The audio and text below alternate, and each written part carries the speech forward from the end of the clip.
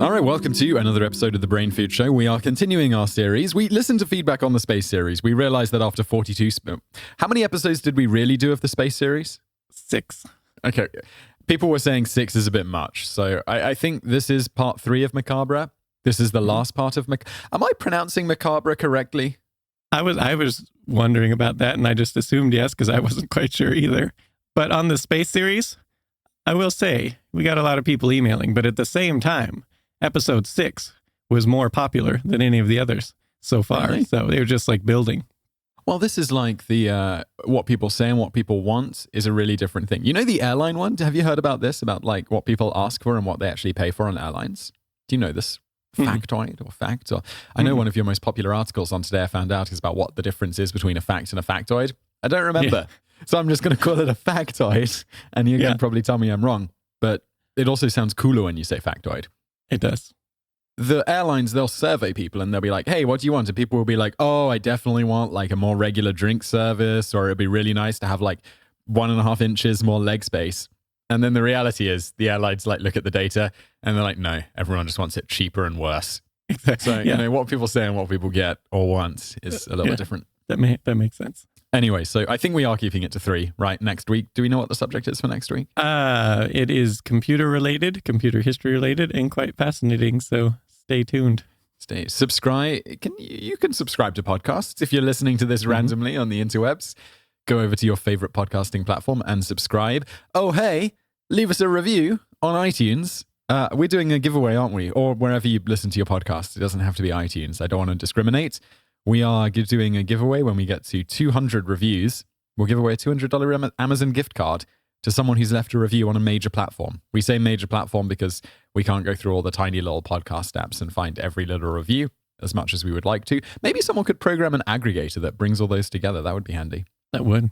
Anyway, we're at 188, so we just need 12 more. And then we'll draw a name from a digital hat. So go on and do that. As we talked about in recent episodes, we're going to bump the talking about reviews and follow up to after the content because that's what people said they prefer. Maybe it is. It seems logical that really would be preferred. So we're going to do that. Also, it says mention social media. What do I need to mention about social media? We have the contest. We also have a contest there. The hashtag BrainFood Show. Yeah. Just say anything, maybe talk about a fact or whatever's interesting, and just do talk that. You can smack say about us. Whatever. Yeah, that works too. And also, I think we said 500 of those. I should definitly go check how many we're up to now, because maybe we're over 500. Does it tell you on Twitter how many hashtag things you? No, but there's software. There's software that sort of puts it all together, like on Facebook, and it looks at all the different major social medias, and you can put stuff in and track stuff very nicely. So how fancy! I once got a tool for Twitter because I was like, every like month or so, I have a bit of a crisis and I'm like, oh, I should be doing more on Twitter. Everyone's on Twitter and everyone's so funny and good.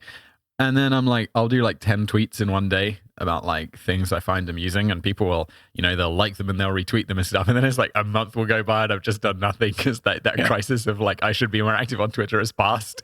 So I have a very strange posting schedule on Twitter. I downloaded an application where you could like just put in the tweets, like as you come up with them, and then it'll space them out evenly over time. Yeah. And then I thought, what am I doing with my life? And went back to making videos. That's probably what the people want more anyway. I think I must be the most, I don't know, I've got to be up there with like least active or followed person on Twitter compared to number of YouTube subscribers. It's literally like 10,000 to 1 or something. Well, I don't even have a Twitter account, so that you're beating me there. That's true. Yeah, you're probably smart on that one. It's fine. I did note where you, so, when you type your name and then it says like, suggestions about like what people searching. And that was one of the top suggestions was Dave and Hiskey Twitter. And it's like nothing. Oh, is it when you Google yourself and it comes up? Yeah. Yours is funny because it's like, nowadays it's like Simon Whistler, wife, Simon Whistler, net worth. Is people are desperate to know. I maybe it's all the gold diggers out there. They're like, what's his net worth? And is he married? I'm really, It's the first one is Simon Whistler Wikipedia, which I guess you expect. Don't have a Wikipedia page. And that's a little weird. Yeah, well, I think a lot of people make them themselves, but I find that incredibly narcissistic, so I would definitely refuse to do that. That makes sense. Yeah. Then wife and then net worth. Net worth used to be above wife, but wife wasn't in there. I don't know how people know.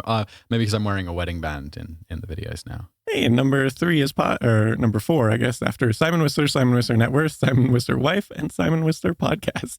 Simon Whistler earnings also right down there. People really want to know. Okay, should we crack on? Oh, there's a preface or there's another one. How do you pronounce it? Preface or preface? I would go preface. I'd go preface. Maybe preface I just made up. It's preface. Tell me the preface. What's up? We got some notes on accuracy. Yeah. So this one took a long time because it's just conflicting accounts, even from contemporary. You go back and read the newspaper accounts of this woman's various exploits, and they're conflicting even back in her day. And so naturally, the sort of more modern sources are even more conflicting. And so this was going back, looking at even the old ones. It was difficult to come up with like what is the exact, like even the name of her father. Of this woman's father was is it Peter or Paul? Like, yeah, you told me even this. even in the newspapers back in the day, they were using them interchangeably, and I was like, so which one is it? And stuff like this. So there's probably in this one, I did my best to sort of like sift through it all and try to come up with like get the facts straight, and I kind of note when there's conflicting accounts and I couldn't kind of get to the bottom of a certain part or whatever of which is true or whatever. So I did my best to note that here, and then hopefully we finally got the trial notes actually for her trial were really helpful. And I just kind of assumed the trial notes were correct, like the different accounts that were happening there, and that the news articles from her day were probably slightly less correct. And then of course the modern stuff is probably, who knows. So that's what I went with. And we'll see, there may be like a few little details wrong, but the general story is going to be perfectly accurate. And the details that are wrong, good luck to the person to find which ones are definitely wrong, and good luck with that. You've gone so deep that even if they try, you'll be like, yeah, but it's still, is that really irrefutable? Prove it, and then actually tell me if you can prove it, because then I can update, the article version when I eventually do it. Yeah. If you have an enormous amount of time on your hands and are listening to this podcast and want to improve our accuracy, go right ahead. We welcome it. I do. That would be nice, because I spent way too much time on this one. Yeah, we were supposed to record this 2 days ago, then 1 day ago, and now we're recording it today. Yeah, and then I was like, no, more. And then the number of times I've gone in ridiculously early to the office for you, it's high. Yeah. Yeah. Well, it was really too bad that we had to do it for this podcast, that we kind of teased it, because these ones like this, I've sort of been stocking them up, because when I'm like going through a hiring spree, I love to assign these. I say, hey, do this one, and then see what the person comes up with. Because you can really tell a lot about like the person's, how deep they're going to go on stuff, and like how, if are they just going to like sensationalize it and just do the most sensational stuff and not say like, oh, it's conflicting accounts or like, this sort of thing. And so I like to do that. Or like there's other ones where everyone says one thing, but if you really, really dig deep, like back to the old newspaper stuff, you can see that actually the story is something else than what modern accounts say. And then that's always a good one to assign, prospective writers and researchers for today, I found out. So, well, a lot of these sites, I mean, you'll read something if you Google something, like this subject, and then you get like 5 results, and they're all from websites, and they're all kind of different written, but they've obviously like used each other as sources. Exactly. It's kind of like after a point, you can't reference. Yeah, no, you have to go deeper, and this is the thing. These are why these great, like the dolphin one. I think that was one that the Polaris Jack one, where every single modern source. No. There's not the sexual dolphin. No, the other one. Talk about the sexual dolphin. I don't think so. The one where the woman, the researcher, has like. No, we have not. I feel like I've brought up the sexual dolphin like 3 times on this podcast. Okay. At some point, we're going to touch it. Not literally touch. That would be weird. Wow. Yeah, no, I didn't mean that. Although closely related to the story of the sexual dolphin. Yeah. No. So yeah. I do think that's a brilliant name for the episode. Yeah. The sexual dolphin. Get some good downloads. No, it's the Polaris Jack one where everyone said it was guiding ships, and like every modern source says this. Even like I think he had his own website from the whatever, New Zealand or something. And so like those ones are good to give people, and then you see, will they just parrot what the other websites say, all the modern sources, or will they actually dig deep? And then just to throw people off, I'll also tend to also give them ones that are exactly what every modern source says. And then also on those ones, I'm kind of looking for, will they come up with something unique, like a unique angle that no one else has done? So like these are all good good interview ones. So I tend to keep ones like this one. Yeah, I'm like, I'm not going to publish that. We'll just keep that for later and see what people do with it. But this time we teased it, so I figured we should actually talk about it. Mm-hmm. So let's do it. So with that preamble, where do we begin? So we start with a little girl named Honora Kelly. I assume that's Honora, right? Yeah. Honora. I feel like they kind of in slang called her Nora, so whatever. So her name changes later, so it doesn't really matter. So she was the daughter of Irish immigrants, Peter, or Paul, if you want to believe that version of things. Okay. But I'm going to go with Peter and Bridget Kelly. How did you find out it was Peter and not Paul in the end? I went with Peter because every like psychological academic source that sort of covers this woman goes with Peter, and more of the newspaper accounts and stuff originally went with Peter, more popular. But if you look at the like modern sites, they mostly go with Paul. Mm-hmm. And so I don't know. Maybe his name was Peter Paul. It's possible because you'll see. Actually, this was also some of the confusion with some of these later names is that everyone was named Mary, so everyone had a nickname back then. If they were named Mary, people called them something else, and so there was a lot of conflicting stuff with that, with names and like people, and then that caused people, because some of them were quite similar, to get confused in some of the modern sources as to like the dates of things and when certain things happened. And anyways, this was it does get tricky. Have you the ancestry stuff as well? Like I was going back through my family, and you get to my grandfather, and it's like, well, every man was called the same. So it's like, wait, is that the older dude, or is that? It's thinking about like 6 generations, and they're all like Richard John. It's like great. Yeah. And this I think a lot of the modern sites were getting confused with some of that, where they kind of got the order of the murders and stuff, wrong because of it's precisely because of the fact that everyone was named Mary, and stuff. And there were a lot of murders. Yeah. There's a lot of murder in today's episode. Yeah. And so, her mother, Bridget, this Honora Kelly, her mother, Bridget, died of tuberculosis when she was just a few years old. And so this left her Peter to her apparently abusive, allegedly, but definitely an alcoholic father to raise his 3 daughters, probably 3 daughters, could be 2, as I'll mention briefly. And so, he was Peter. Also, one thing everyone agrees on is that he had the nickname Kelly the Crack around town because he was a bit of a crackpot. Basically, he was considered a little loopy. And so he's raising supposedly 3 daughters, Honora, youngest. Then the one older is Delia, and then Nellie is the oldest of them. And also some sources note he pawned them off on their grandmother, but either way, when Honora was about 6 years old, he decided he had had enough, or the grandmother had had enough, whichever, and took them to the Boston Female Asylum Orphanage in 1863, and to give up, but only 2 of them, Honora and Delia. So he takes them there, and it's not really clear what his motivations here. Was he just trying to get rid of them, or was he? I mean, these orphanages, this asylum he knew they would place them. He would have known they would place them with a family at some point. Usually as like an indentured servant. So he might have thought maybe they'll just have a better life.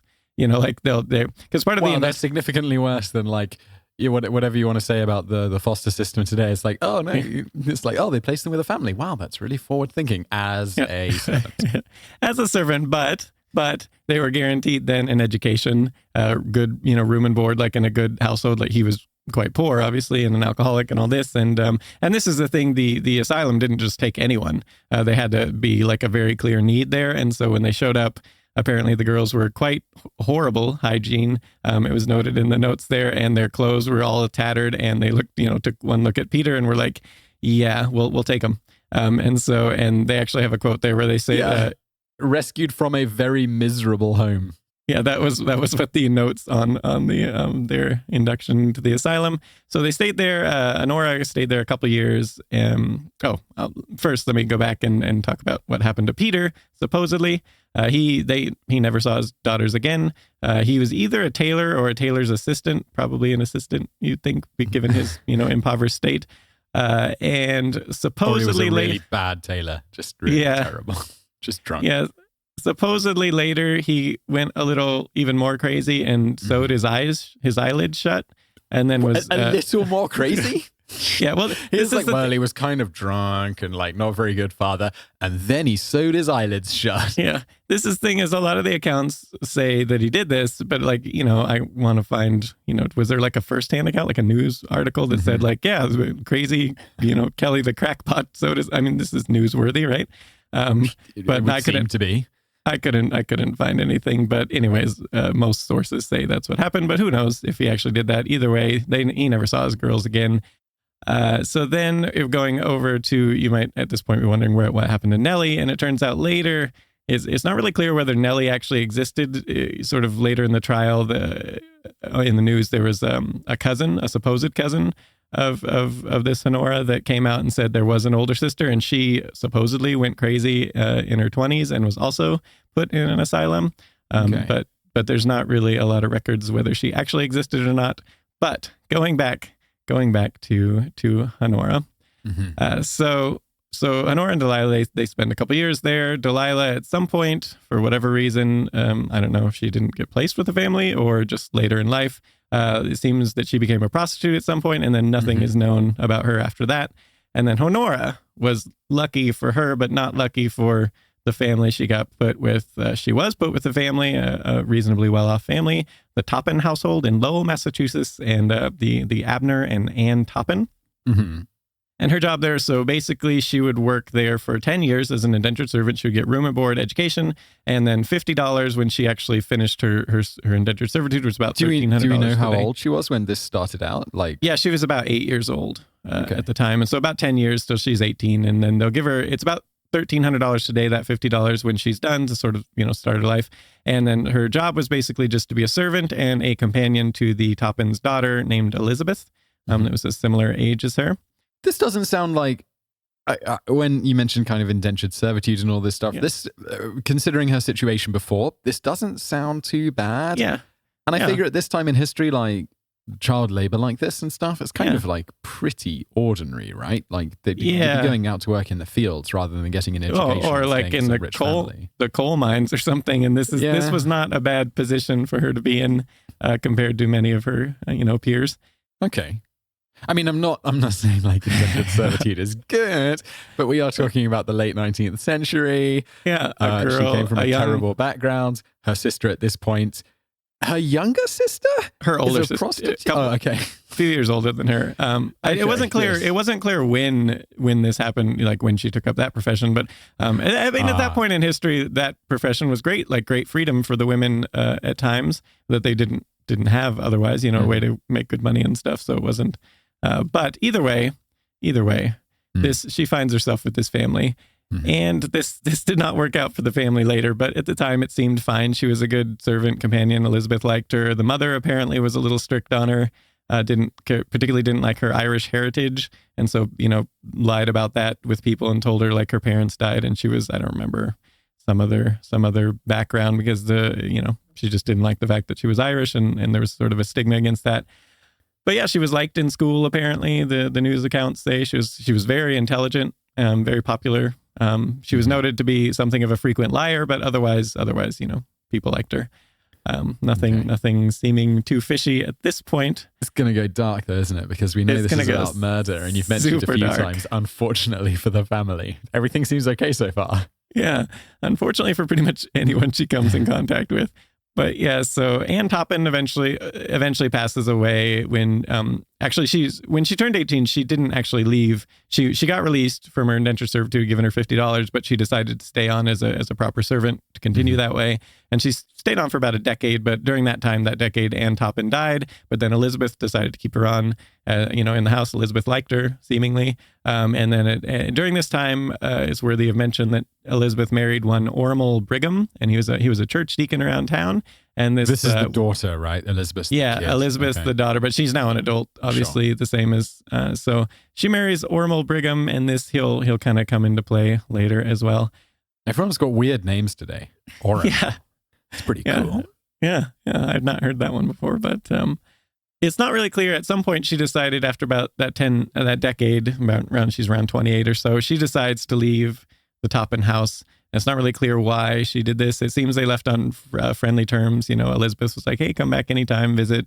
All this, Okay. and you can As see you'd that from expect, like raising her as a child and then being friends, and so she was like, "Yeah, come back." And this. Oh, did I mention? She changed her name. I think I forgot to mention. So it's not clear. It doesn't appear that the Toppins actually officially adopted her, ever did, but she did change her name to Jane Toppin. So from Honora Kelly. And so now she goes by Jane Toppin for the rest of her life. And so Jane going is back, definitely easier than Honora. So that's good. For us, I mean. Yeah. So she decides to leave and not really clear why. And it's too bad that she didn't leave for good for poor Elizabeth. So she decides to take up a profession as a nurse. And so in 1885, she starts her nursing career at Cambridge, Massachusetts, at the Cambridge Hospital there. And yes, all accounts, she's very well thought of by the doctors, and the patients absolutely loved her. And if you read the trial notes later, like of the accounts of like her caring for people and stuff, she was a really good nurse. You can see why people liked her. Very charismatic. She seemed very caring, empathetic. Really knew her job, her stuff. So you can see why the patients loved her, and it's not clear. The accounts differ on whether her fellow nurses liked her or not. Seems to be kind of goes back and forth on there. But either way, you don't want to be too good at your job, like yeah, that's true. It could make them look bad. Yeah, it could be, but either way, during this time, she got the nickname Jolly Jane because she was just always so happy and charismatic, and people liked her. Oh, things will change. Yeah. But then later, her nickname became the Nightmare Nurse, which was this is much more fitting, seeing as what's about to happen. Yeah, it's not really clear at what point in here she decided to just start like toying with her patients and murdering them randomly. But at some point she did. She would many of the patients she was a perfectly good nurse to, nothing untoward. She had a good reputation. But some of them it seemed to be the ones she particularly liked. She would really get close to some of them, and often she would pick elderly patients because people wouldn't seem fishy if they just up and died for some reason after going to the hospital. Anyway, I mean they were there for a reason in the first place. So she just starts. She seems to like her general method will be to give them some sort of drug, something to make them continue to be ill so they stay there. And then they kind of over their stay at the hospital as it extends, she would kind of experiment on them, give them different random drugs. And she eventually settles on morphine and atropine. What? Yeah. Morphine. What are you going to do? I'm just going to give people random drugs and see what happens. Yeah, it's just kind of a learning, and this maybe made her a better nurse because she really got to know like different doses of stuff and experimenting that other people wouldn't know. And so she eventually came down to, she really liked morphine and atropine to give them kind of together. And it turns out later this was great for her because I'm not really sure, but it seems like, at least from the accounts from the doctors later, is that it sort of counteracts a lot of the effects of morphine, or I should say the symptoms, where it stopped the doctors from really necessarily being able to tell their patients. The problem with them was they were being given way too much morphine, like overdosed on it and stuff. So, and also, apparently it also caused like really jerky reactions and stuff. You kind of jerk around, and morphine, on the other hand, was kind of a little bit of a sedative for them. So it was kind of this counteracting effect. And it also for her was great because the doctors would have caught on very quickly if she was just like overdosing patients with morphine. They would have been like, yeah, this person died of a morphine overdose. Who is their nurse? It would have taken no time. But the atropine seems to have masked this for her, as though we'll get into later in the trial notes. Okay. It's enough to kind of throw them off. And I should say here that, I'm no doctor. I'm just going by the fact that the doctors in the trial notes seemed, You're not a doctor? This whole time? Yeah. Well, they seemed quite convinced at least, but of course they're going on 19th century versions, so there might be like doctors out there right now being like, no, that's not at all what atropine, blah, blah, blah. But let anyways, us know, docs. Yeah, let us know. But the doctors at the time, at least, they noted, and we'll get into some of the trial notes. We'll actually read some of those to their accounts of that. But so Toppin, she's doing this. She's kind of playing with them and experimenting, and she liked to sort of drag this process out, because it was just kind of fun for her, I guess. She would particularly like to bring the patients to sort of the edge of death where they were like almost dead, and then just, stop giving them the medications. They get better, and then bring them back again. And this was something she claimed she really enjoyed doing. And then, but at a certain point, she would decide, nope, I'm going to kill him now. So she would give them a fatal dose of the stuff, and then when the appropriate time, when they were about to die, she would crawl into bed with them, hold them closely, and watch them as they died. She quite enjoyed that, apparently, by her own account. we actually have an account of a patient who survived, and it's not clear whether she was trying to kill this patient that night, because the person, Amelia Finney, had just had a surgery, and so Toppin came in, gave her some unknown drug that Finney said tasted bitter, and then Finney started getting kind of woozy. She lost consciousness, but later kind of vaguely remembered. She kind of had this impression that Toppin had crawled into bed with her and was kissing her all over her face. And then at a certain point during this, Toppin just jumped out of bed and ran off, and there was someone who walked in or something like that a little bit later, or walked by. And Finney at the time didn't think anything of it. She just thought she had dreamed it or hallucinated it or whatever, because the next day she woke up, she was better, and so she just left the hospital. So she probably lucky for her, because if she had stuck around, might not have lived. But so she left, and then later when the stuff about Toppin was coming out, she was like, oh, maybe I did not dream that after all. She's got to be on some drugs, like that's weird. What? It's a bit weird, kissing her around her face.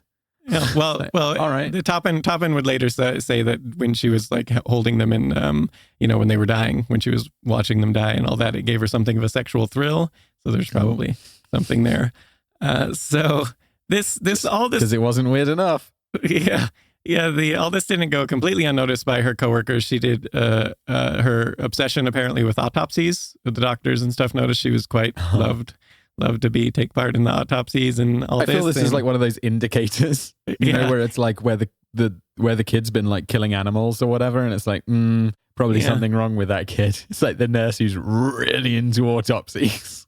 Yeah, and then she also occasionally would get dinged for noticing she accidentally would overdose patients or give them the wrong dosages of certain medications. This was occasionally noticed, but it was just like, what an accident. And she was apparently very charismatic, kind of played it off. Whoops-a-daisy. Whoops. Didn't mean to do that. So she still, and her patients loved her, so the doctors were quite happy to recommend her to patients later, too, when she no longer worked at the hospital, which we'll get to. Yeah, she was just a great nurse. And if you go actually read the trial notes, which are quite long, but the accounts of some of her ex-patients and the people talking about watching her take care of some of the people she was killing, she seemed great. You can definitely see why they liked her. So she eventually got sort of not really a promotion, but to a better hospital. She got hired on in 1889 at the Massachusetts General Hospital, which was quite an accomplishment there too. So because she was good at her job. And it appears she seems to have murdered several people there as well, in kind of the same way. But she only lasted a year there. She was fired for breaking hospital rules, and it seems like the accounts are kind of conflicting on what exactly they fired her for. But it seems like it was just that she had kind of a practice of leaving without permission and not really, so wasn't always on the job when she was supposed to be. That's what they got her for, rather than all of the murder. Yeah, and so. She goes back, she kind of works as a private nurse for a little bit, and then she gets her old job back at Cambridge, but she was fired there pretty quickly because, again, her little accidental overdosing and giving incorrect doses, that sort of, this seemed to increase. She started doing this more and more, and so there was no longer, it was like, you're fired, and so... But she was still a good nurse, so she didn't have any trouble. Doctors would recommend her for patients who needed someone to come care for them at their homes. Where there's obviously much better supervision about drug amounts. Yeah. So she got a lot of jobs like that, as we'll get into here. And this is where things start to become a little easier to track. Like the accounts start to become easier, the later news accounts and what she was actually doing. Because obviously when she's dealing with tons of patients, it's hard to tell, like which ones did she actually kill and which ones just died of their own account and this sort of thing. Oh, okay. That does, that makes sense. But when she's, more one-on-oneing it, it's a little easier to track the mysterious deaths of all these people. Of bodies. Yeah, pretty much. As we will soon see. The first sort of definitive one was in 1895 with, it was her landlord, actually, Israel Dunham. She decided to kill him. And then directly after, she moved in with his widow to work as a servant for her. Dark. Yeah. And this is sort of a trend where she would kill people and then to get a job, like this was a thing that she did. And then 2 years later, she killed the widow too, because, why not? Has to ask why did she do this? Why did she kill the couple? And why did she kill them? Yeah. Would you like to read why? Okay. Well, that was the reason. Okay. Yeah. The reason here, to quote, was they were old and cranky. Yeah. All right. There's lots of old and cranky people I know who I'm not killing. Well, she did later talk about how that she thought old people, like, it didn't really matter because they didn't really, why should old people live anyway? They weren't really good for much in her opinion. So how old are we talking here? Like, I don't know. Like, I mean, if you look at, was 100 and something years ago, so people weren't living so long. Well, actually, people, if you made it to adulthood back then, it wasn't actually, I mean, yes, the average age lifespan was a little less because you were more likely to die of things as old, but it was actually more the infant mortality rate that was driving down the average. So if you made it to adulthood, then you would actually, it wasn't that far off modern times, the average lifespan. So I thought infant mortality was disregarded from stats because they don't count the first year of life, right? Well, not just that, but I should also say like just the teens, the childhood ages, like these kids died a lot. And so the more you could reduce that from happening, the higher the average is kind of gone. Because of that, if you actually, it's a similar thing. If you make it to 70, you're actually more likely, you're not going to, like if 77 is the average, but you make it to 70, you're more likely to be like an 80 something or, this sort of thing. Have you seen the actuarial, however you say that word, tables about this, where it gives you the estimates like, this is fun, you'd like this, you'd probably get a kick out of this. Like, there's whole tables, and it'll tell you, like, if you live to this age, then you make it, then your average life expectancy increases to this. This whole, like, huge tables of this it's quite interesting. Yeah, and this was the same thing back then, only it was basically if you made it to like 18, 20 years old, you had a very good chance of, living to 60, 70 or whatever. But if you do look at the confirmed kills of hers out there, they'd tend to be like the 60, 70, that kind of range. Ish. There was, a smattering of like 40-year-olds in this sort of business, but for the most part, she wasn't killing them because they were old and cranky. She had other reasons. Oh, she had other reasons. So going to 1899, this is when she really started like killing like crazy. And she seems to have done a lot of killing before, but these are the more trackable ones. So fast forwarded to 1899, and her foster sister Elizabeth is feeling just a little down. So Jane decides to cheer her up, inviting her out. So Jane and her go out to Elizabeth's she has like a little vacation home on the water. And so they have a picnic with which Jane prepares for her. And then she brings the food and some water, which she has put a little dose of strychnine in. And she has Elizabeth drink it, which causes Elizabeth to fall ill. And then over the course of the following week at the vacation home, she's Jane. Jane's a good nurse. She's my foster sister. I will have her take care of me. And so Jane is taking care of Elizabeth, and she's kind of doing the thing that she does where she's bringing him close to death and back and this sort of things. And there's doctors, coming in to look after. And this is the thing, over all these things, there's so many doctors that are overviewing, and normally they would be able to spot some of these sort of things. But like Jane Toppin was very good at masking what she was doing. And making it so the symptoms didn't really line up with anything the doctors would automatically, oh yeah, this is a morphine overdose, or oh yeah, this is strychnine, or this sort of thing. And she was just really good at it, and they were right under their noses. Is there any? This is Elizabeth, who she grew up with for like a decade, and then ended up working for a decade. They left on good terms, and then she's like, "Hey, come for a picnic because you're depressed, and I'm going to poison you with strychnine." Yeah. It turns out was there a reason?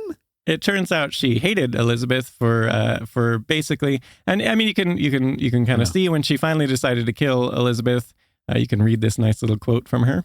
I held her in my arms and watched with delight as she gasped her life out.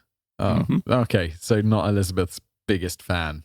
Yeah, but outwardly, like all her patients, she was very charismatic and nice.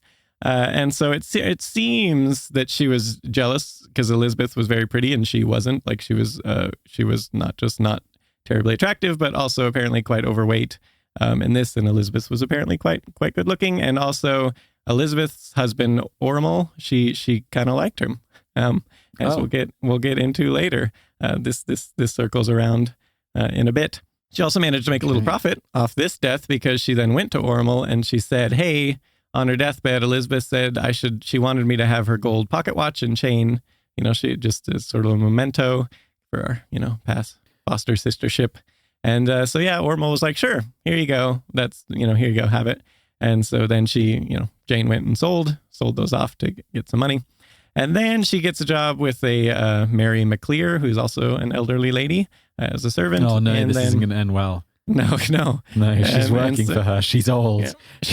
She kills her quite promptly, and then steals. It's thought she stole some, clothes and things like this, which back then clothes were quite valuable. And so she did that, and then she goes. A couple of months later, she wanted she needed a job, I should say, and she had a friend of hers named Myra Connors, and so she went ahead, who had a good job. Yeah, so she had a good job as a dining hall worker at the theological school, and so Jane wanted the job, so she killed her. and then she went. Yeah, as you do. And then she went to the dean and said, as her friend, she's well acquainted with the job and she's, looking for work. So could she have the job? And the dean was like, sure. Here you go. You're the job. And this one actually, the accounts seem universally to agree that her subordinates there loathed her, and she really didn't know what she was doing at the job. And she did not last there. She worked for a little bit, couple months, and then they had like the summer off, and then she came back to work more, and then she was promptly fired because their complaints from her fellow workers were piling up. She didn't really know what she was doing, and she also seemed to be stealing money, or at least not keeping the books correctly. And so they fired her. And so then she moves on to poisoning one Melvin and Eliza Beadle. And this a lot of the accounts say that these were her landlords, but this doesn't make sense given something we're going to talk about soon enough. So I don't know. Were they her landlords? I don't know. Either way, she poisoned Melvin and Eliza Beadle in 1901 to make them ill. And then she also poisoned their housekeeper. And the point here seems to be that she was trying to make the housekeeper seem like she was, drunk or intoxicated on the job when she was supposed to be taking care of the ill Melvin and Eliza. And so this ended up getting the housekeeper fired. And then Jane got the job to take care of them instead. So she was, gainfully employed. And luckily for Melvin and Eliza, this entered the scene is Maddie Davis, one of the many Marys, who goes by Maddie. And she comes knocking to collect $500 in rent from Jane, which is about $15,000 today, who owe them. And this is where the fact that all the accounts that say the Melvin was their landlord doesn't make sense, because Maddie Davis was her landlord. And she was living in there, and this was at the same time. So I don't know. I couldn't quite get the discrepancy there. So I'm just going to assume with Melvin and Eliza, she just wanted the job or something. In terms of perspective there, so for her 10 years and becoming an adult, she got $50 to go and start her life with. Yeah. And then she owed someone $500 in rent. Mm-hmm. That's an extraordinary amount of money. Yeah, this was, a few decades later. So, it's slightly, but yeah, it is $15,000 today. That's still a lot of money especially for a woman back then, a single woman. Yeah, and as we talked about in previous episodes, $15,000 if you're poor, and, because there was a huge difference, right, back in the day. Like, so there was the Burke and Hare guys, and they were killing people. And then it was like, oh yeah, over a year, they made like $22,000 in today's money. Yeah. So split between them, it's like 11 grand each. And this is around the same same and century, right? Poor Jane Toppin, a century earlier, she could have made a killing off selling these bodies. Just sort of. That would have been great for her. She'd have been a great third partner. Yeah. Very few scruples. Not only getting jobs from these things, but also making money on the bodies. But now they didn't need that. So Maddie Davis, we'll just call her Maddie from here on out because there's so many Marys. She comes along to collect from Toppin, and Toppin, other people would say this is a problem because she presumably didn't have the money, or otherwise she would have been paying it all along. But she saw some opportunity here, and she then gave Maddie some water that was laced with some sort of a poison, and this caused her to fall ill. And then shortly thereafter, Jane managed to secure a job with Maddie's husband Alden, because Maddie passed away unexpectedly. And Alden now he had this tenant who owed him a lot of money and also needed a job. So and he needed someone now to kind of take over some of the duties around the house and stuff. When you say like Maddie Davis died suddenly, like is that an accident? Is that just like natural causes? No, she definitely under Jane's care, tender care. Yeah, and it was noted by. Yeah, it was noted by in the trial notes. It was mentioned that one Dr. Latter, and I couldn't find his first name anywhere in the trial notes. They're really long, but it was just sort of mentioned by one of the witnesses that Dr. Latter had thought that Maddie must have died as complications owing to diabetes, which is kind of a fatal thing back then. So, but he thought that's what she must have been suffering from, all of a sudden to die in the way she did with the symptoms she had. And so he wasn't too suspicious about it or anything at this point. And so Jane, she gets a job. She gets a job there, working for Alden. But the problem is she still owes the 64-year-old Alden Davis a lot of money. And so kind of a mysterious thing starts to happen around the house, where it just starts bursting into flames randomly. But the fire kept getting extinguished before it could do any major damage. And it's thought here that Jane was perhaps trying to destroy records of the debt she owed the Davises, because one of the fires was started in a closet that had a lot of documents. So it's thought maybe convenient. Yeah, and this is just this is just speculated. No one really knows if this was what she was doing or what. But there was a lot of fires. Maybe she was just trying to burn down the house because she hated them or something. Either way, if she wanted to kill them, she knew how to do that. Yeah. Seems there's more to it than that. So these fires are happening, and then a little bit later, Alden's daughter, Genevieve, she suddenly dies on July 26th. And this it seems, so this is interesting. This Dr. Latter, maybe he was just a horrible doctor, because he declares, according to the witness in the trial, that Genevieve died of a broken heart. And then this is that's not. Are you a real doctor? Yeah, exactly. Are you like that Dr. Nick on The Simpsons? Like, hi, everybody. Yeah. So, and this is funny because the witness noted that Jane then told the doctor, "Nobody dies of a broken heart. It must have been something else." And Jane tells the doctor this. The doctor who's convinced, it says, whatever, broken heart. This daughter. And Jane actually is like, no, it has to be something else. Like, investigate more. Why? Just she likes the danger? Maybe she got a thrill out of it, or maybe it makes her seem really sympathetic because, it seems like, no, really look into this. Let's see, this poor young woman or whatever. But either way, she's dead now. And this, not long after, on August 8th, Alden suddenly dies, and him suffering from a stroke. And the doctors determined must have been a broken brain. Yeah, Dr. Latter was one of the ones who others as well thought it must have just been stress and heartache from, they thought he had a poor heart anyway. He was old. The stress and heartache must have caused him to have a stroke or whatever. And then he died. His wife and his youngest daughter just suddenly died. That's quite heartbreaking and all this. So that's kind of what they determined. But then just 4 days later, on August 12th, or the morning of, is sort of the evening of August 12th, morning of the 13th, somewhere in there, Alden's other daughter, the final remaining daughter, Minnie, she's also named Mary, but went by Minnie, and her Minnie Gibbs was her name, and she suddenly died. And this one, it's a little weird because Minnie had a 10-year-old son, and it would seem Jane then, when she was in the process of killing the mother, instead of laying in bed with the mother like she did with some of her patients, she instead took the 10-year-old son to her bed to comfort him. And it's not really clear what was going on there, but either way, his mother was dying in the other room and died dead by morning. That was it. The whole family is gone, and presumably, so is her debt, or maybe records of it at that point. But yeah, this finally got the authorities being like, wait a minute, this Toppin, this is not normal for an entire family to drop dead, in the course of a month. Finally, yeah. So they start to get a little suspicious. There's some eyebrow raising going on. And so now we're going to go back to Ormel. I said he would come back in the story at some point. Oh, the preacher husband. Yeah. Of the Elizabeth. Yeah. So with her debt problem settles, it seems Jane was like, hey, I'd like a husband. And so she goes but first, she's got Edna Bannister's, Ormel's older sister. And I presume maybe living with him. And she was, just wanted to get her out of the way.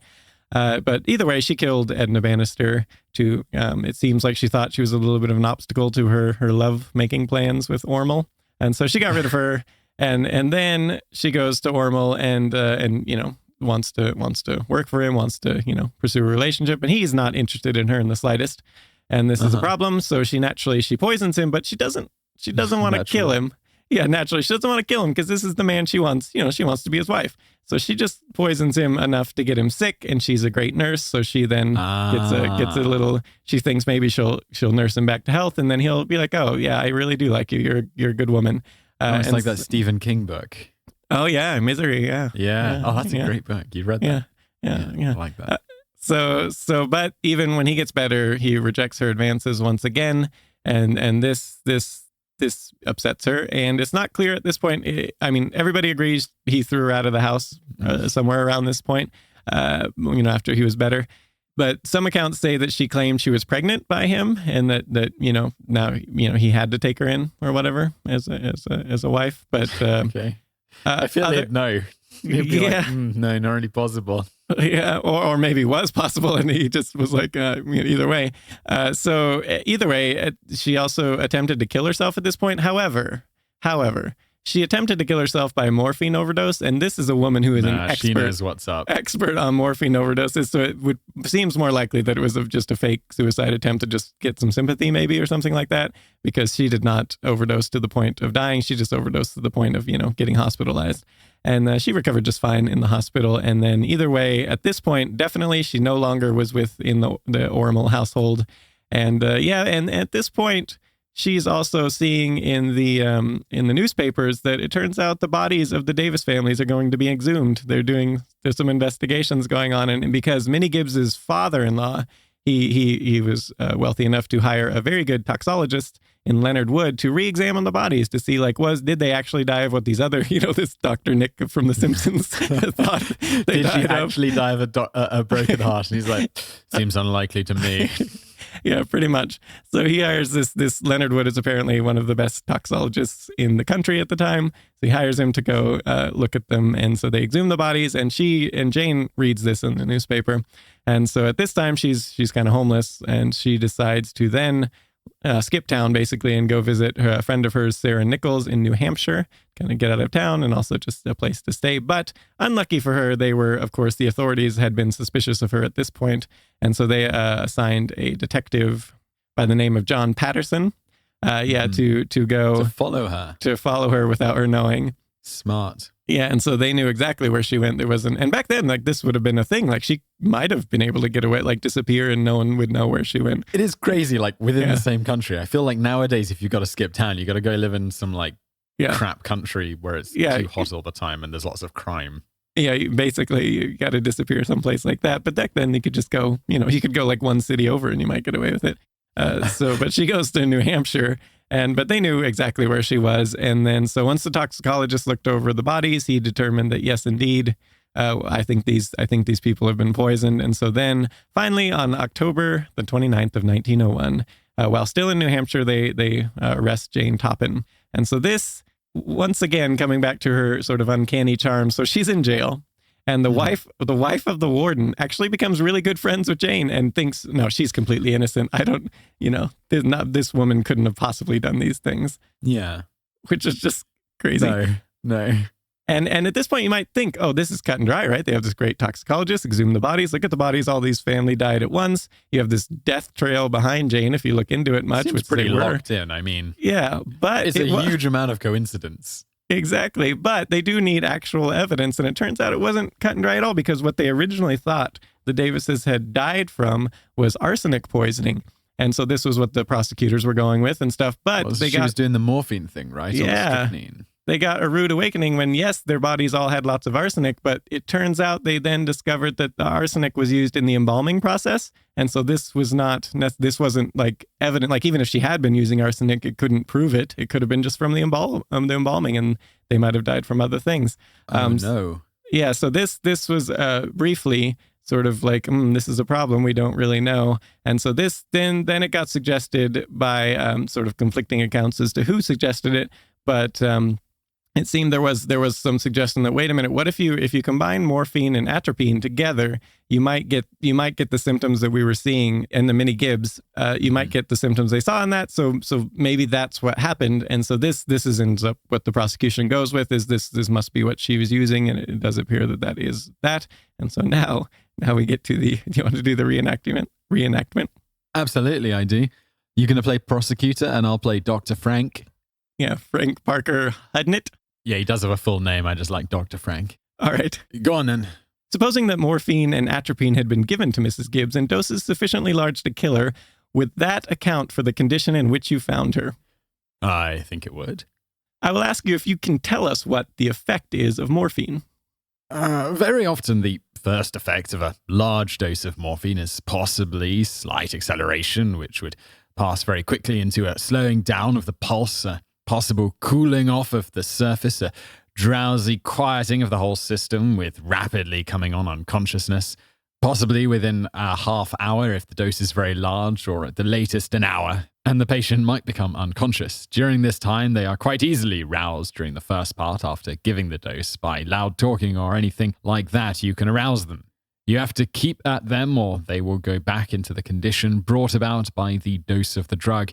In a short time longer, they will become entirely unconscious, and then it is almost impossible to arouse them. The extremities become cold. They are bathed in a cold sweat. The lips are blue. The action of the heart is very slow, and the respiration drops down to often 8 or 10. In fatal cases, they go down to even 4. They are apt to have a rise of respiration, a slowing and an increasing respiration, and then go on to an acme and then stop and begin over the same way. Any appearance of the eyes that would be different? Yes. You get a pinpoint pupil, which comes on almost at once, and just before death, you are apt to get a dilation. Just as death is supervening, the pupil dilates. In Mrs. Gibbs's case, one pupil dilated, and one not quite so much. The effects of atropine, can you tell us about those? I've never seen a case of poisoning by atropine, but in large doses, you get very generally opposite effects from what you do by morphine. That is, you get a dilated pupil, you get increased respiration, you are apt to get a form of delirium and convulsions, muscular twitching, dryness of the skin, dryness of the mouth, and all the secretions of the body are more or less interfered with. Morphine and atropine, are they counteracting? They are counteracting to a certain extent, one against the other. Do you know anything about the taste of morphine? Morphine is very bitter. Do you know anything about the taste of Hunyadi? Hunyadi also has a bitter, salty taste. I really thought that said Hyundai. Yeah, I know. So I actually had to look up what is that, and it turns out it's a salt curative water, and it contains sodium sulfate and magnesium sulfate, and it's used as a laxative. Oh, so he was hiding it. He was hiding the morphine in the salty drink. Yeah, exactly. And that's a little bit like the Epsom salt or whatever, just kind of a laxative. And so this was what she administered the water, and this that was fun, by the way. Yeah. There's these transcripts. There was multiple doctors interviewed. I chose this one because it just seemed it was kind of the shorter of the summation, but they all kind of said the same thing. But yeah, that was it's fun to read the trial notes sometimes to see the interactions and everything. I was thinking how cool it would be. Do you remember we mentioned previously the Apollo transcripts of the encounter thing? To get like a group of actors together and get them to do these. So it'd be awesome. Yeah. Just highlights from the Apollo transcripts. Yeah, I liked your doctor voice as well. You have the great accent too, so it sounds all like refined and everything. Except this guy was definitely an American. yeah, that's true. Although you guys sounded different back then, right? That's true. Yeah, that's absolutely true. So yeah, in the end, the jury was convinced, and also Toppin would eventually go on to explicitly confess to 11 murders, although she would, to her lawyer would later state that he told him that she actually killed about 31, but then later she also would say it was actually more like 100 or so, and she really didn't know. She really wasn't sure how many she had killed. It's just Haven't like a we lot. mentioned like 31 today, I feel like. Yeah, this is she killed a lot, basically. Somewhere you can say between 11, definitely killed at least 11, possibly as much as 100, whatever. It's not really clear. This is somewhere in there. She killed a lot of people. The point being, so yeah, and she also kind of she ended up confessing in the newspapers and everything, giving full accounts of her some of her misdeeds and stuff and what she did. So in the New York Journal, she actually kind of stems it back to why. So what went wrong? Why did she go bad? And she claimed anyway that when she was 16, an older man had promised to marry her. He was a clerk of some sort. I don't believe she gave her name or at least not anywhere I could find where she gave his name, but just some guy. He gave her a ring and he promised to marry her, and then he dumped her for another woman not long after. And so this, who knows if that's actually true, but either way, said Toppin in the interview, if I had been a married woman, I would not have killed all of those people. I would have had my husband, my children, and my home to take up my mind. I don't know about this, man. I kind of think like should have had a husband and children to kill. Yeah. If it was, exactly convenient for her or whatever. But yeah, so like this anything mildly inconvenient, she'll just knock people off. Yeah, so there's been a lot of speculation about like this, and did any such man exist, or was she just trying to get some sympathy? Because there does seem to be like she was very happy about the outcome of the trial, of what ended up happening, and it seems like so she got convicted, of course, and sent to an asylum, and it seems like she was very happy about this because she could have been executed, she could have been given prison for life, and so this seemed good because she was very charismatic, people liked her, and it seems like she may have thought, I'm going to be able to get out of this scot-free. I'm just going to go there. I'll charm the doctors. Eventually, they'll be like, this woman's totally sane now. This we'll just let her go. And so this seems, so maybe this was like a way to start to sow the seeds of, sympathy for her. Like, she could be normal if she just, led a normal life. She didn't have to kill all these people or whatever. She must have been ultra charming. Because it's like reading this in text, you're like, please. Yeah, but yeah, so this maybe people have speculated maybe that's what she was going for here with this, or maybe this story really did happen. That's exactly, I agree with you. I think she probably would have still killed people anyway, but either way. I agree. She had a husband to rein her in. Come on. Yeah, exactly. So yeah, and as mentioned before, she noted that she didn't really see any point to keeping the elderly alive. She also mentioned in the confession that she got a sexual thrill about having the patients die in her arms and sort of watching their eyes and things like this as they were dying. And so but she did again some speculation that she was trying to sow the seeds that maybe she could be cured, is where she claimed these impulses that were only temporary, and she said, to quote, "When the paroxysm passed, I was myself again. I cared no longer for the patients to die." So just a temporary thing that would come over her. Yeah. But so then according to an October 21st, 1906 edition of the Washington Times, where the title was the modern Lucretia Borgia, haunted by the phantoms of her victims, is facing death. She initially said she had no remorse whatsoever for her actions while there, and then she has a nice lengthy quote set of her feelings about her, the things she did. "I feel absolutely the same as I always have been. I might say I feel hilarious." What? Continuing the quote. "But perhaps that expresses it too strongly. Yeah, maybe. Maybe, Jane."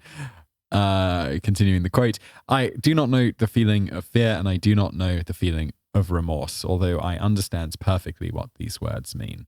Now I cannot sense them at all. I do not seem to be able to realize the awfulness of the things I have done, though I realize very well what those awful things are.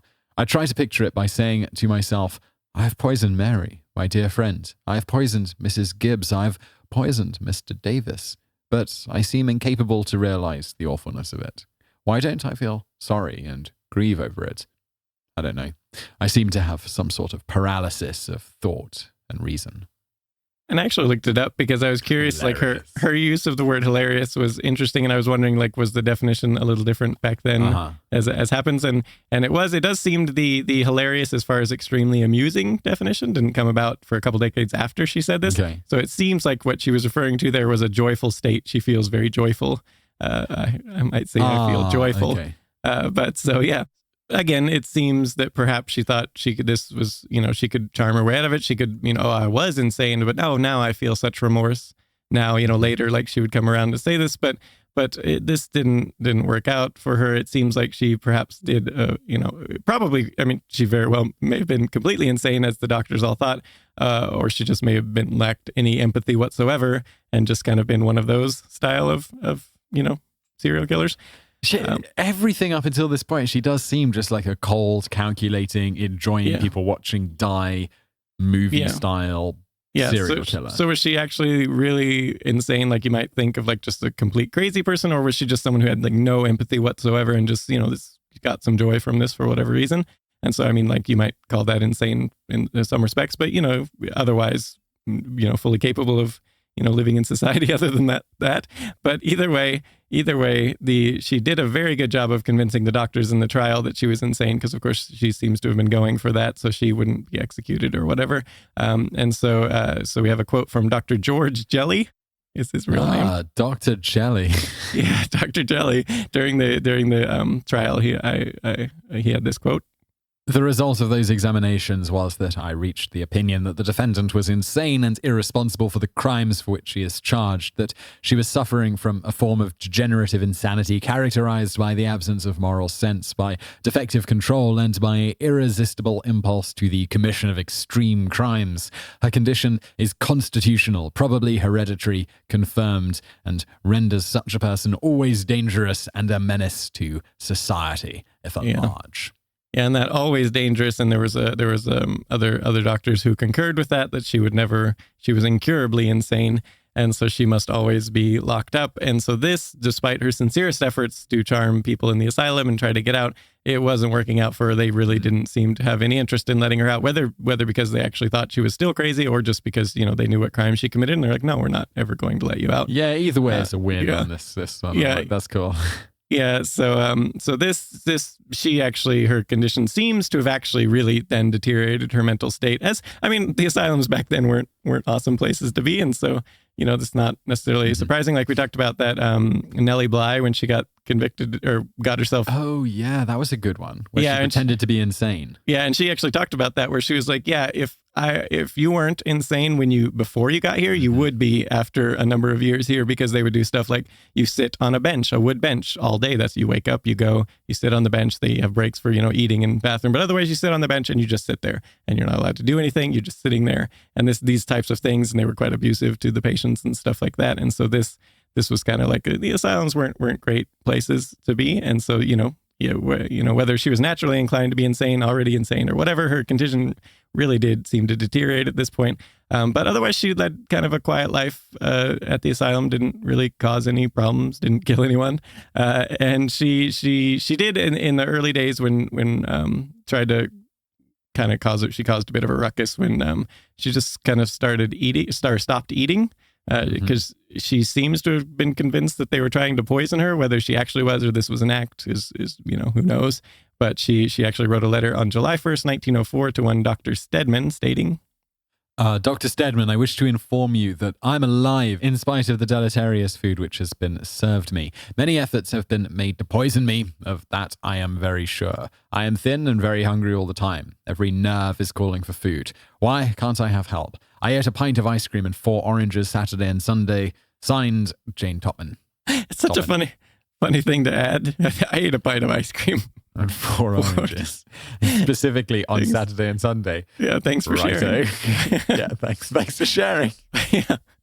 And that's nice ice cream. That's pretty good. I mean, it's not even tweet worthy. Yeah, so eventually they did have to, because she was refusing to eat and she was quite malnourished, they did force feed her by, as she describes in a letter to a friend. Dear, I am the victim of nerve paralysis, the result of food. I have to eat or I am fed with a tube with nerve paralyzing food that I choose from the tray. Oh, I think that you were criminals to put me through this. It was an awful thing to do to any human being, and I have my opinion of everybody who takes a hand in it. I think it has been a noble piece of work. I think as the nerves of my body get more benumbed, my brain becomes clearer to the outrageous course that has been taken with me. I suppose the next thing, something, will be given to me to put me out of the way altogether. That would be a mercy too. Signed, Jane Toppan. And her condition seems to have actually genuinely gone downhill from here, just continuing down. And if we fast forward a little bit to 1906, there's a timepiece that notes, she was continually soothing supposed patients, urging them to take imaginary doses and crying out that they were dying. So she does seem to be losing it. Yeah. And then they also go on a little more. The times this is, they go on. Yeah.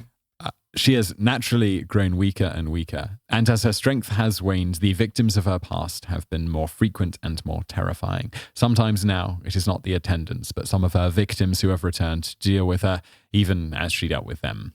And she cowers in the abject fear before vengeance, which she believes is pursuing her, all unconscious of the punishment which really has overtaken her. Okay, so she does seem to be losing it. Yeah, seems like it.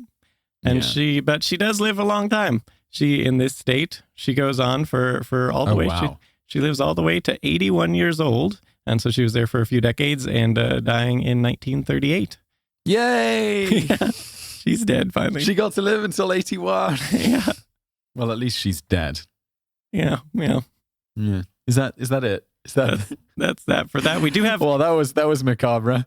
yeah, that was a good one, and we do have some feedback, some interesting information from a one forum member called Falconerd, and he's a pharmacist. So to just give a reference, Falconerd's a fantastic username, it is, by the way. It is, and so back in the episode, The Prisoner, the Auschwitz, the guy who got himself voluntarily put in Auschwitz. So we mentioned this was a while back, right? Yeah. So Falconerd rings in because we talked about we kind of alluded to the fact that aspirin actually made the Spanish flu pandemic worse.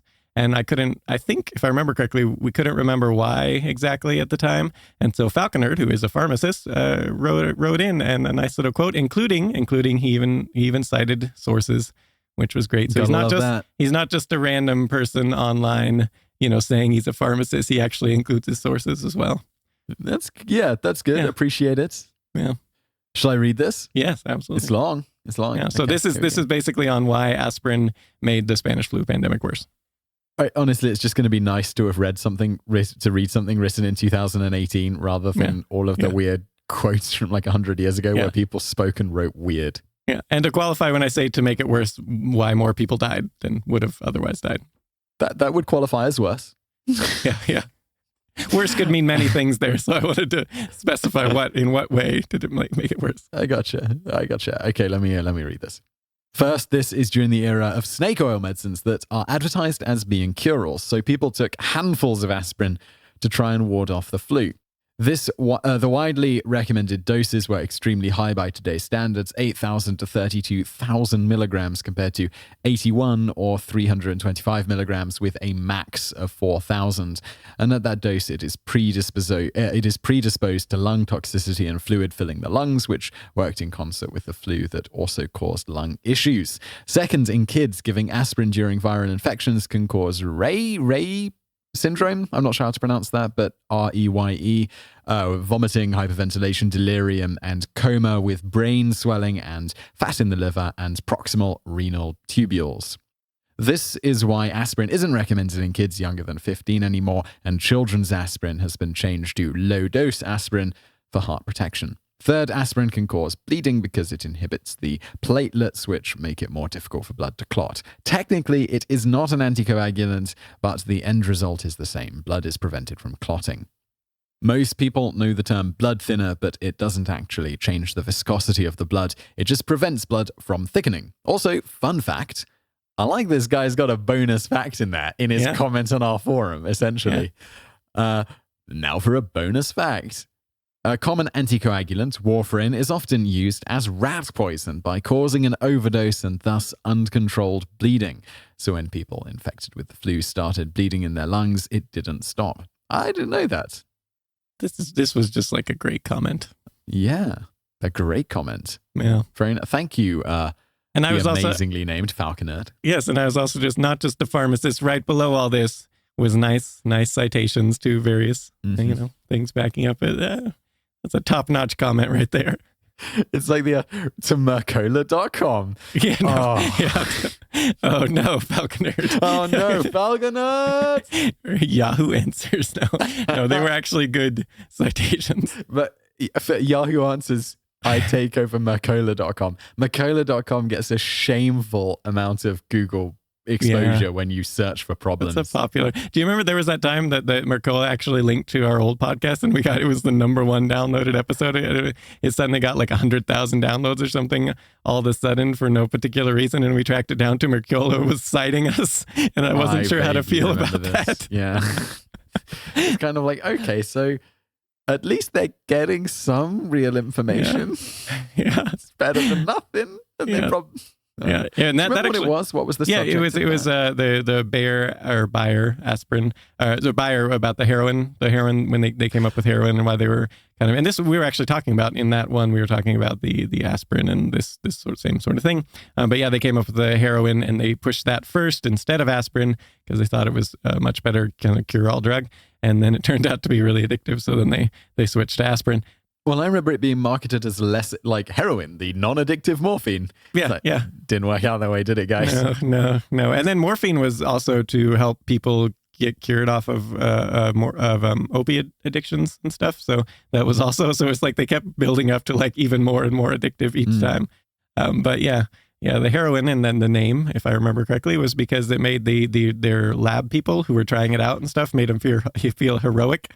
So they went I bet it did. Yeah, and ingesting it as they did, rather than, of course, shooting it directly into their veins or whatever. This actually has a much lesser effect, so that it wasn't like, you think that sort of like insane effect right away. Like, of course, they must know it's super addictive, but when they ingest it, through the stomach or whatever, it wasn't quite as bad, so it wasn't quite as clear. But yeah, great comment. Well, there you go. I like it. Yeah, and then got a couple more. Go on. Oh, I was just going to move on to the next one. On YouTube. So we publish this on YouTube as well. We just kind of grab it and put it up there. Truckiano says, guys, why don't you try a Joe Rogan format? Basically put a video with audio, have a production guy in the room that produces quick visualization of topic discussed and so forth. I hope you get my drift. I think here, basically have a production guy in the room. He might not be familiar with the fact that, where are you, David? Yeah, I think this is the problem too, so we're like almost on opposite sides of the world. Yeah. It's just the magic of audio engineering that makes this sound like we're together. We are far away. Yeah, and this to sync it up properly, and so in the audio, there's actually, what did you say? Like, what was the first episode? Like, it's 1,600 cuts or something like that. I'm just yeah. Well, it's complicated because first of all, there's always a little delay with Skype. So when it's like a 1 second, 1 second delay. Which I remember us finding out early on, because I'd be like, okay, let's sync up the audio. So it would count to 5. And all I would hear is like, I'll be going 1, 2, 3, 4, 5. And whenever I said 1, or whenever I said 2, you'd be saying 1. I'd be like, no, dude, what are you doing? Just sync it up with me. Yeah. And they'd be like, I am. And it's like, then we realize it's almost exactly 1 second delay. Yeah. So there's that. And it was also in the beginning, there was, it seemed like we were sort of felt like we were interrupting each other all the time because of this delay and stuff. And so there's just like lots of quotes or a lot of cuts and things here and there. So the video would look a little... I think we've got better at it. Yeah, we have, I think. But I do think the video would look a little wonky unless we got really clever with it, which, I mean, at some point, maybe we could figure something out, but it's difficult. It is. And I think I sent you quite a lengthy email about this. We had a big thread talking about this. And yeah, so just going back to the original thing about how much this gets cut up, I was going to say that, like... The program we record into, Adobe Audition, is a great piece of software, and one of its amazing features is something called delete silence. So rather than having Joel, our producer, go through and slice out every little tiny gap, there's this thing you can run through, and it'll basically be like, hey, there's a gap of like half a second here. Let's just drop that to 1/10 of a second. And then you can tell it to do that to every gap in the thing. And it's actually amazing how good it's at, how effective that is. Yeah. And then obviously there are all the cuts that are made afterwards. Yeah. And if we were in the same room, you wouldn't need all those, because you wouldn't have these pauses all the time. So it makes it basically sound more like we are in the same room, like you're actually having conversation instead of having these little gaps all the time where, because there's this 1 second delay and like waiting for the other person to finish and then you start talking and, this sort of thing. But it seems like a solvable problem at some point, but, we have a lot of other stuff on the priority list. Yeah, we're quite busy. But I personally, I really do like that Joe Rogan format, I think, especially for the interview format. I think that was another thing I mentioned in that email. It works particularly well. H3 also does this really very well indeed. And I think if you are in the same room and you do have a producer sitting in the room with you, it does look good. Yeah, I think we could make it work. I also want to do like that where they do the split screen. Like, I don't know if you've seen the Cinema Sins guy, Jeremy, his channel. He does that where he has those conversations with themselves. And so he's on both sides. Or Wheezy Waiter does this all the time. Lots of people do it, where we're kind of in the same thing. And if you just do it just right, and I think we could do it with like the sound panels, if we put them in the exact pattern, bought the exact same sound panels from the same company. And so you'd have the exact back wall and the exact table from IKEA.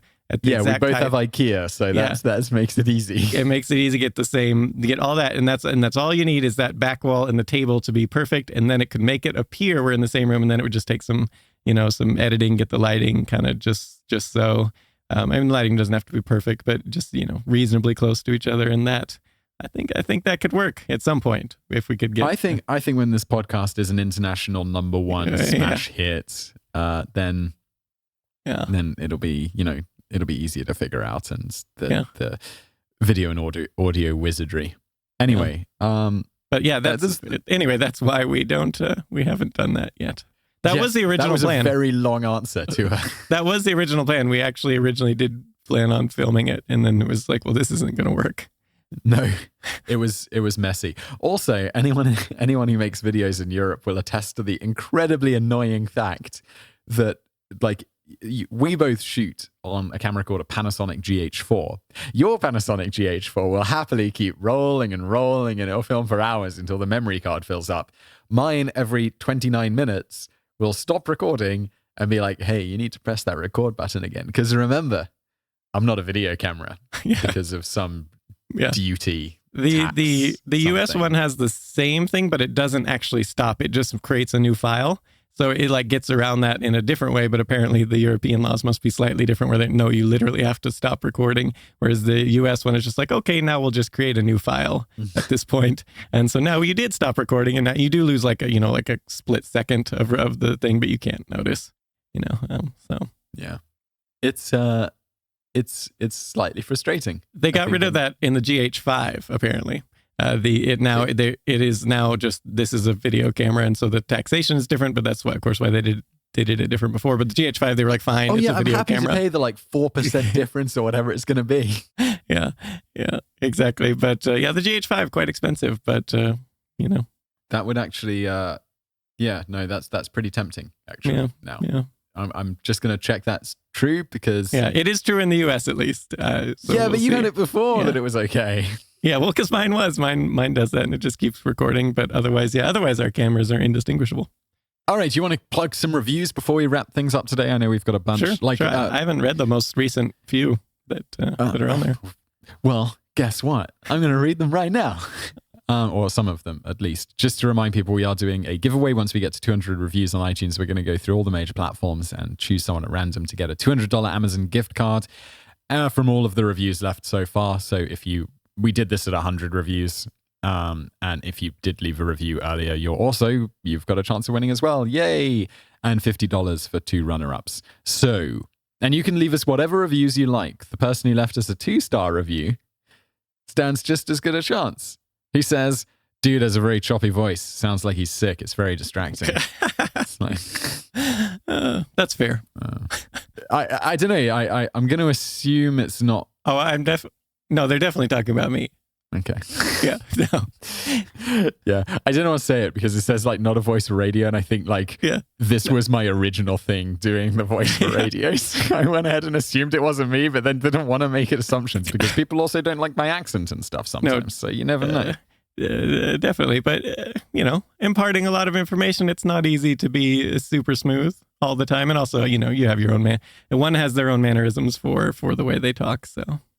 It is. And honestly, I think we provide like tons of interesting information. So hopefully, while they say it's very distracting, hopefully it's not distracting enough to keep them coming back for more facts and factoids.